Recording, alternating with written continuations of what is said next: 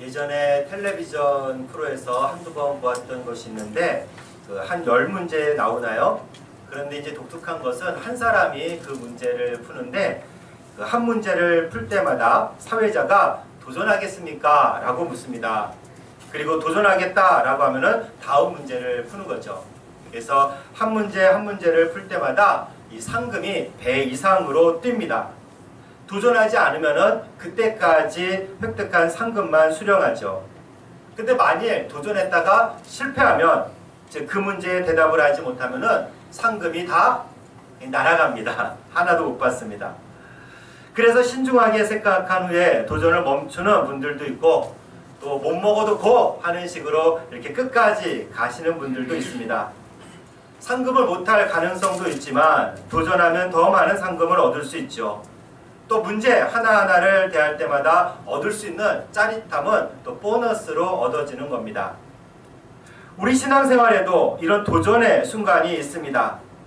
물론 예수님을 믿는 사람들이라면 도전을 하지 않더라도 천국 가는데 아무 지장이 없습니다. 그러나 도전에 응했을 때 더 많은 것을 보고 또 더 많이 성숙하게 되고 더 많은 상급을 받을 수 있습니다. 그런데 처음 예수님을 인격적으로 만나 예수님을 따른다고 했을 때는 이런 마음이 다 있습니다. 시간이 지날수록 잊혀지는 게 문제지요. 그래서 오늘 설교 말씀을 통해서 이를 다시 한번 기억하고 그 도전에 응답할 수 있길 바랍니다. 다만 퀴즈 프로그램과 달리 도전 후에 실패란 없어요. 왜냐하면 도전 그 자체가 성공이기 때문입니다. 오늘 하나님의 말씀은 누가복음 9장 57절부터 62절까지 말씀입니다. 이 본문은 한마디로 예수님의 제자는 어떤 사람이어야 하는지 보여주고 있습니다. 오늘 본문을 좀 더 잘 이해하기 위해서는 그 앞부분으로 좀 거슬러 가서 생각을 해봐야 됩니다. 우선 9장 말씀은 12제자가 전도를 하면서 행한 일들을 기록하고 있습니다. 예수님은 제자들을 보내실 때 능력을 주셔서 이 복음을 증거할 뿐만이 아니라 병을 고칠 수도 있게 되었습니다. 이어서 우리가 흔히 오병이어라고 알고 있는 그런 기적을 예수님께서 베푸시죠. 물고기 2마리와 떡 5개를 가지고 성인 남자만 5,000명을 먹이신 일입니다.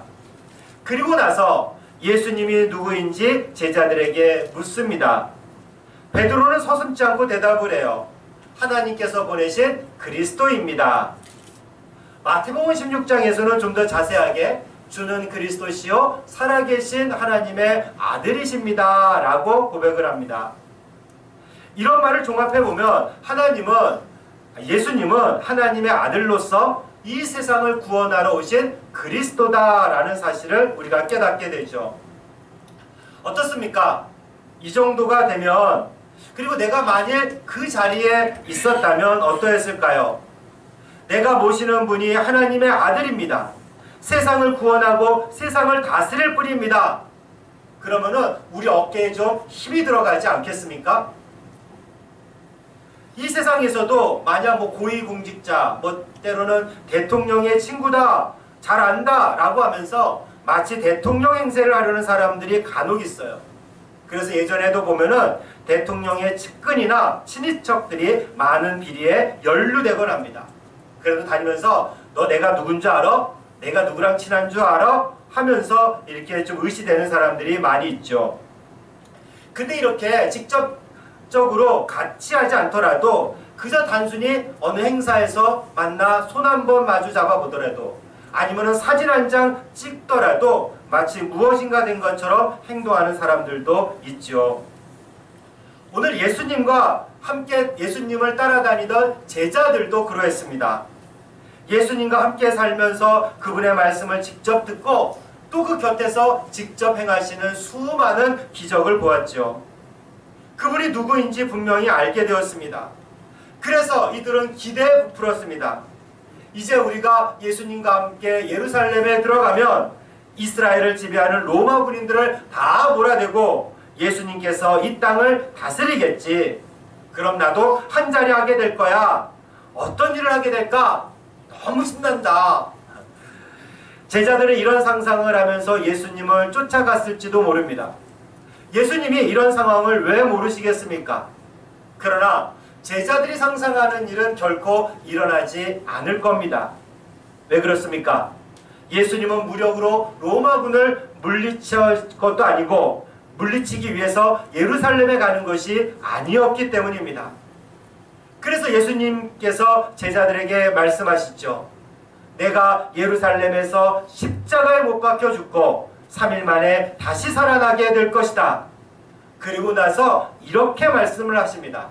우리 다 같이 누가복음 9장 23절 말씀을 함께 봉독하겠습니다. 앞에 화면 누가복음 9장 23절을 보시면서 한 목소리로 읽겠습니다. 또 우리에게 이르시되 아무든지 나를 따라오려거든 자기를 부인하고 날마다 제 십자가를 지고 나를 따를 것이니라. 아멘.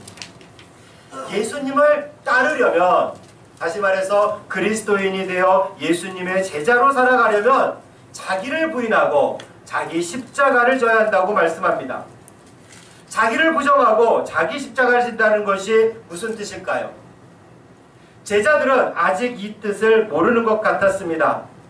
주님께서 당신이 죽게 될 것이라 거듭 말씀해 주셨는데도 제자들은 누가 더 높으냐, 누가 더 크냐 하며 싸움을 했습니다.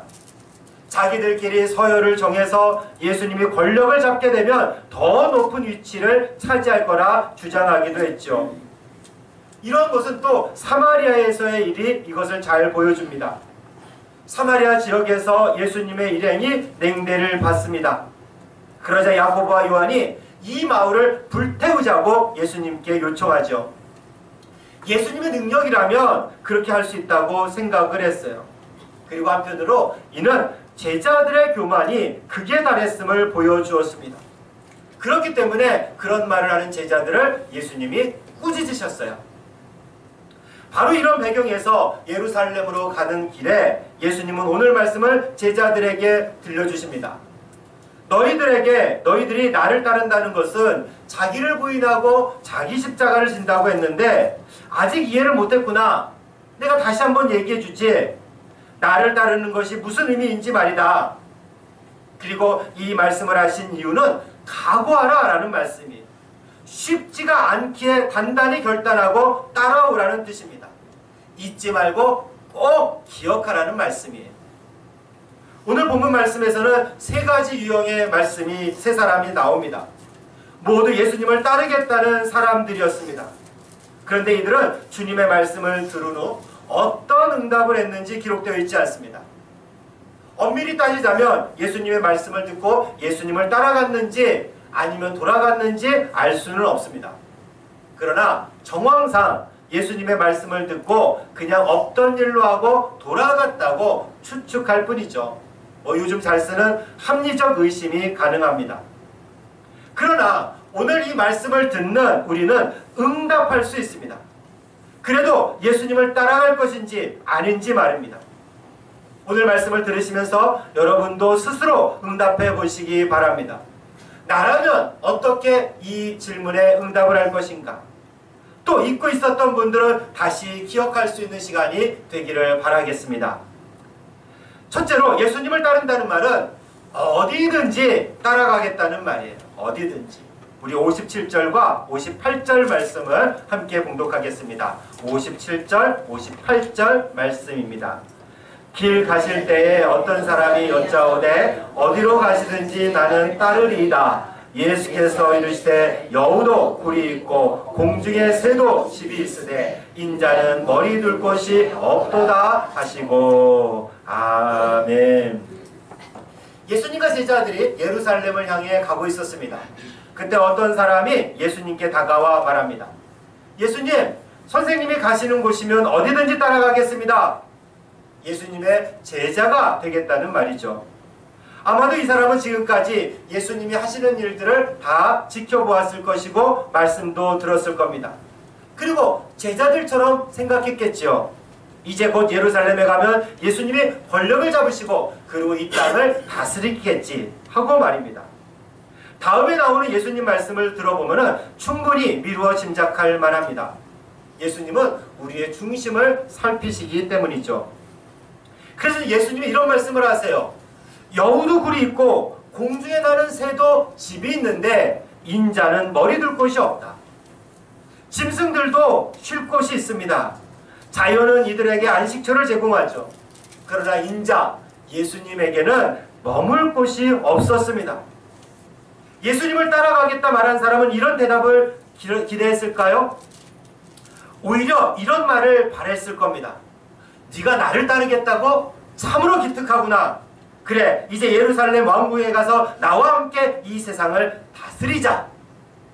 그런데 이런 말 대신에 예수님은 당신 잠자리조차 해결하지 못했다고 말씀합니다. 당신 의식주조차 어떻게 될지 모른다고 말씀하세요. 이후에 어디든지 따라가겠다는 그 사람은 다시 등장하지 않습니다.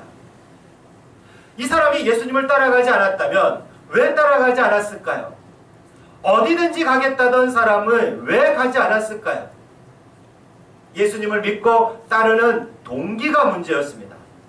이 사람은 예수님을 따르면 부와 명예와 권력을 한꺼번에 거머쥘 줄 알았습니다. 그런데 예수님은 오늘 당장 잠잘 자리조차 확보되어 있지 않았습니다. 오늘날 버전으로 말씀드리면 이런 이야기입니다. 나를 따라오려면 최저 생계비 이상 받을 수 있을지 모르겠구나. 한 20평 아파트에 살기도 어려울걸? 자동차는 요즘에 그래도 필수니까는 경차 정도는 주지. 그 이상은 꿈도 꾸지 마라. 대신 이런 데는 어떠니? 네가 가야 할 곳이야. 아직도 복음을 들어보지 못한 아프리카는 어때? 회교도가 맞은 중동은 어떠니? 가난하고 소외된 사람들에게 가는 것도 내가 해야 될 일이지. 그곳에서 잘 먹고 잘 산다는 보장은 없어. 오히려 그 지역 사람들과 마찬가지로 가난하게 될지도 몰라. 그래도 너 나를 따라올래? 여러분, 이에 어떻게 응답하시겠습니까? 아니요, 거기가 아니고요 라고 대답하는 순간 우리 스스로의 모순에 빠지게 되죠. 어디든지 가겠다고 했는데 내가 원하는 곳이 아니기에, 내가 생각했던 곳이 아니기에 거부한다면 그것은 어디든지가 아닙니다. 사랑하는 여러분, 어디든지 예수님을 따라가겠다고 말씀하셨습니까? 아마 많은 분들이 수련회나 부흥회를 통해서 이런 고백을 하셨을 줄 압니다. 그런데 그 진정한 의미를 알고 계십니까? 그렇다면 진정 그 동기를 다시 한번 점검해 보시기 바랍니다. 부와 명예는 물론 기본적인 삶의 터전조차 마련되지 않아도 주님을 따라가시겠습니까? 주님이 가시는 그곳, 주님이 말씀하시는 그곳에 정말 가시겠습니까? 더욱이 내가 원하지 않는 곳일지라도 그곳에 가시겠습니까? 혹 내가 원하는 곳이 아니면 그럴 경우 침묵으로 일관하시겠습니까? 둘째로, 예수님을 따른다는 것은 언제든지 지금 당장이라도 주님이 부르시면 가겠다는 뜻입니다.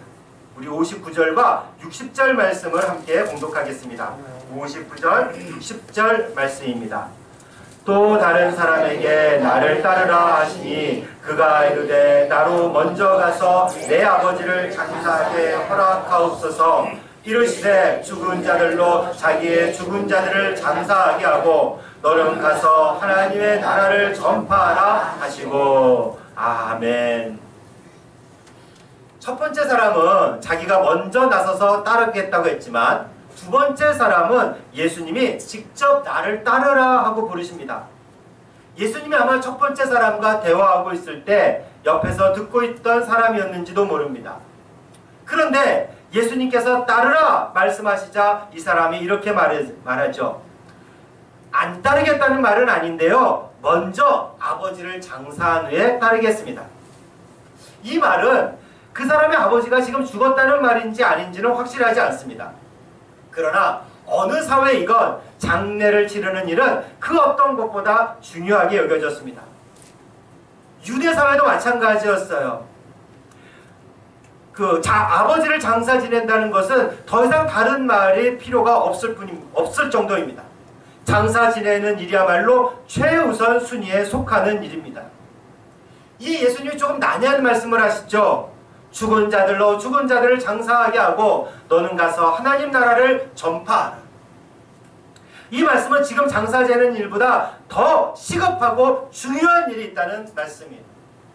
물론 오해하지는 마십시오. 기독교는 부모 섬기는 것을 무시하지 않습니다. 부모님을 공경하라 하라는 것이 성경의 일관된 가르침 중 하나예요. 그래서 오늘 이 말씀은 다만 더 긴급하고 더 절박한 일이 있다는 의미입니다. 그것은 바로 하나님 나라를 증거하는 일이죠. 장사 지내는 것보다 복음을 전파하는 일이 훨씬 더 중요한 일이다라는 뜻이에요. 살다 보면 우선순위를 정해야 될 때가 종종 있습니다.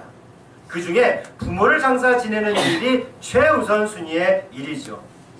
그런데 오늘 이 성경에 나타나는 이 사람 말에 아주 교묘한 술책이 있음을 간과해서는 안 됩니다. 절대 못 따라간다는 것도 아니고요. 다만 지금 안 된다는 말이에요. 조금만 기다려달라고 합니다. 장례가 끝나면 갈게요. 수능만 끝내고 갈게요. 취직하고 갈게요. 이번 프로젝트만 끝나면 갈게요. 타종교로 개종하는 것도 아니고 이단에 휩쓸리는 것도 아니고 그냥 조금만 기다리면 된다고 말씀하세요. 사실 전도하다 보면 이런 일 많이 있습니다. 제가 장손인데요. 우리 부모님 돌아가시면 그때 가겠습니다. 이런 분들 많이 있어요. 또 여러분들 다이어트 많이 하시죠? 여름이 오니까 다이어트를 해야 되겠다 생각하시는 분들이 있습니다. 여기 계신 분들은 다이어트 하실 필요가 전혀 없습니다. 그런데 다이어트 실패하는 가장 큰 이유가 무엇입니까? 바로 내일부터 오늘까지만 거하게 먹고 내일부터 꼭 다이어트 하자 안 하겠다는 것이 아니라 다만 오늘이 아니고 내일부터 하겠다는 이야기입니다. 다행히 다음 날부터 하시면 되는데 사실 그렇게 말하는 사람 치고 내일부터 시작하시는 분 많지 않습니다. 마귀도 그래서 내일부터 라는 말을 좋아한다고 하죠. 오늘까지 놀고 내일부터 공부하자.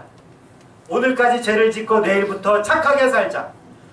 어차피 망했는데 오늘까지만 이렇게 살고 내일부터는 열심히 살아야지. 오늘 말고 내일부터 교회에 나가자. 여러분, 그런 내일은 오지 않을 가능성이 더 큽니다. 주님이 나를 따르라 라고 말하면 바로 그 순간에 따라가야 돼요. 내일부터 라고 말하는 순간, 다른 일 먼저 보고 라고 말하는 순간 기회는 사라질 수도 있습니다. 특히 오늘 말씀에서 하나님 나라를 전파하라고 하시죠. 이는 여기서 복음을 전하라는 말씀이에요. 장사 지내는 일보다 복음을 전하는 일이 우선입니다. 이미 죽은 사람에게는 복음을 전할 수 있습니까? 복음을 전할 수 없습니다. 그러나 살아있는 사람에게는 복음을 전할 수 있어요. 그들을 구원의 길로 인도할 수 있다는 말입니다. 근데 만일 주님의 음성을 따르지 않고 내일부터요 라고 말했다가 내 주변에 있는 누군가 내게 복음을 듣지 못하고 죽으면 어떻게 되겠습니까? 그 책임은 누가 지겠어요? 사랑하는 여러분, 예수님을 따라 복음을 증거하는 일은 언제든지 해야 할 일이고 그것도 지금 당장 해야 하는 일입니다. 이것보다 더 우선하는 일은 없습니다. 고3이라도 취직시험을 보더라도 회사 프로젝트보다 더 우선하는 일들이죠. 셋째로 예수님을 따른다는 것은 무엇이든지 전부를 드린다는 말입니다. 우리 다같이 61절과 62절 말씀을 함께 봉독하겠습니다. 61절, 62절 말씀입니다. 또 다른 사람이 이르되 주여 내가 주를 따르겠나이다 하는 나로 먼저 내 가족을 작별하게 하락하소서. 예수께서 이르시되 손에 쟁기를 잡고 뒤를 돌아보는 자는 하나님 나라에 합당하지 아니하니라 하시니라. 아멘. 세 번째 사람은 자진해서 주님을 따르겠다고 말합니다. 그러면서 조건을 붙여요. 단 먼저 내 가족과 작별 인사를 하고 오겠습니다 라고 말하죠. 이에 대해 예수님은 손에 쟁기를 들고 있으면 뒤돌아보는 자는 하나님 나라에 합당하지 않다라고 하십니다. 쟁기를 들었다는 말은 무슨 이야기입니까? 일하러 가는 길이에요. 일을 하고 있는 겁니다. 그런데 자꾸 뒤를 돌아보면 일을 제대로 할 수 있겠습니까? 쟁기를 잡고 있지만 마음은 집에 가 있다면 그 일을 제대로 잘 할 수가 없을 겁니다. 마음이 두 개의 마음이 있는 거예요. 그래서 이런 해석이 가능합니다. 하나님 다 좋은데요, 제 가족은 간섭하지 마세요. 제가 다른 곳에서는 예수님 뜻대로 다 할게요. 가족에게는 제 마음대로 하겠습니다. 하나님 시간의 대부분을 주님께 드리겠습니다. 주일도 잘 지킬게요. 그러나 제 여가 시간은 제 마음대로 쓸게요. 제 그 시간은 제가 마음대로 놀더라도 모른 척 해주시고 간섭하지 말아주세요. 하나님 제가 11조는 꼬박꼬박 하겠습니다만 나머지는 제가 알아서 쓸게요. 나머지 돈을 제가 어떻게 쓰는지 주님께서는 상관하지 마세요. 저는 이 두 가지를 다 잘할 수 있어요. 이 모두가 쟁기를 잡고 뒤를 돌아보는 사람들이에요. 여러분의 삶에서도 예수님이 간섭하지 않았으면 하는 부분이 있습니까? 숨겨놓고 내 마음대로 하고 있는 부분이 있습니까? 가정이나 재정, 인간관계, 시간 사용 중에 하나님께 들킬까봐 꽁꽁 숨기고 있는 부분이 있습니까? 하나님의 것이 아니라 내 것이라고 내 마음대로 할 수 있다고 주장하는 부분이 있습니까? 그러나 예수님은 우리에게 모든 것을 원하세요. 일부가 아니라 전부입니다. 대부분이 아니라 모든 것을 원하세요. 99%가 아니라 100%를 원하시는 분입니다. 예수님을 따르고자 하는 사람은 무엇이든지 전부를 드릴 각오를 해야 합니다. 이처럼 예수님을 따른다는 것은 어디든지 내가 원하는 곳이 아니라 예수님이 원하시는 곳이면 어디든지 따라가야 한다는 말이고요. 그리고 두 번째로 언제든지 지금 당장 주님을 따라가야 한다는 말입니다. 주님을 따르며 복음을 전파하는 것이 먼저죠. 그리고 세 번째로 무엇이든지 전부 드려야 돼요. 내 뜻대로 쓸 수 있는 그런 부분을 남겨두어서는 안 된다는 말입니다. 오늘 말씀이 꼭 불편하신 분들도 있을 줄 압니다. 아니 내가 예수님 믿는데 그리고 내가 예배드리는데 꼭 이래야 되나? 꼭 이렇게 요란스럽게 예수님을 믿어야 되나? 그렇지 않으면 천국에 가지 못하나? 그래요. 그렇지 않습니다. 천국에 가요. 천국 가는 조건은 다른 것보다도 예수님을 내 구주로 믿는 것이기 때문입니다. 이것이 유일한 조건이죠. 오늘 예수님 따르는 길에 대해 말씀을 드렸는데 이것에 응답하지 않더라도 여러분 천국 가는데 아무 지장이 없어요. 그냥 지금처럼 사셔도 괜찮습니다. 그러나 하나님께서는 우리가 이런 삶에 그저 내가 천국행 티켓 하나 움켜졌다고 확보한 것에 만족하며 살아가길 하나님은 결코 바라지 않으십니다. 하나님은 우리가 더 멋지게 살아갈 수 있기를 바라고 계세요. 저도 우리 아이들 셋을 키우지만 사실 제가 키우는 게 아니라 제 아내가 키우긴 하지만 그저 건강하기만을 바라지 않습니다. 건강하고 행복은 기본이지만 우리 아이들이 더 멋진 삶을 살아가길 바라요. 그리고 저는 나름대로 그 방법도 알고 있습니다. 우리 아이들이 호응만 해준다면 그 방법을 다 알려줄 거예요. 그리고 더 나은 삶을 살아갈 수 있도록 옆에서 기꺼이 도와줄 겁니다. 목사로서 교우들에게 같은 바람이 있어요. 우리 교우님들이 지금보다 더 멋지게 살아갈 수 있습니다. 더 풍성하게 살아갈 수 있습니다. 더 아름다운 그리스도인으로 살아갈 수 있어요. 바로 더 많이 하나님 나라를 경험하고 그 하나님 나라를 누리며 살아갈 수 있습니다. 그렇게 살아갈 수 있도록 우리 교우들을 돕기 위해 저와 같은 교역자들이 있는 겁니다. 물론 쉬운 길은 아닙니다. 좁은 길입니다. 아무도 가려고 하지 않는 그런 길일 수도 있어요. 그러나 잊지 마십시오. 기억하십시오. 예수님을 믿는다는 것은 예수님의 부르심에 응답하겠다는 뜻이기도 합니다. 예수님 말씀을 따르겠다는 뜻이에요. 어디든지 따라간다는 말입니다. 당장 따라가겠다는 말입니다. 그리고 내 전부를 드리겠다는 말씀이에요. 이를 잊지 말고 기억하십시오. 그리고 그에 대해 응답하는 삶을 통해 더 나은 그리스도인, 그리고 더 많이 하나님 나라를 경험하고 더 많이 하나님 나라를 누리는 여러분과 제가 되기를 주님의 이름으로 축원합니다.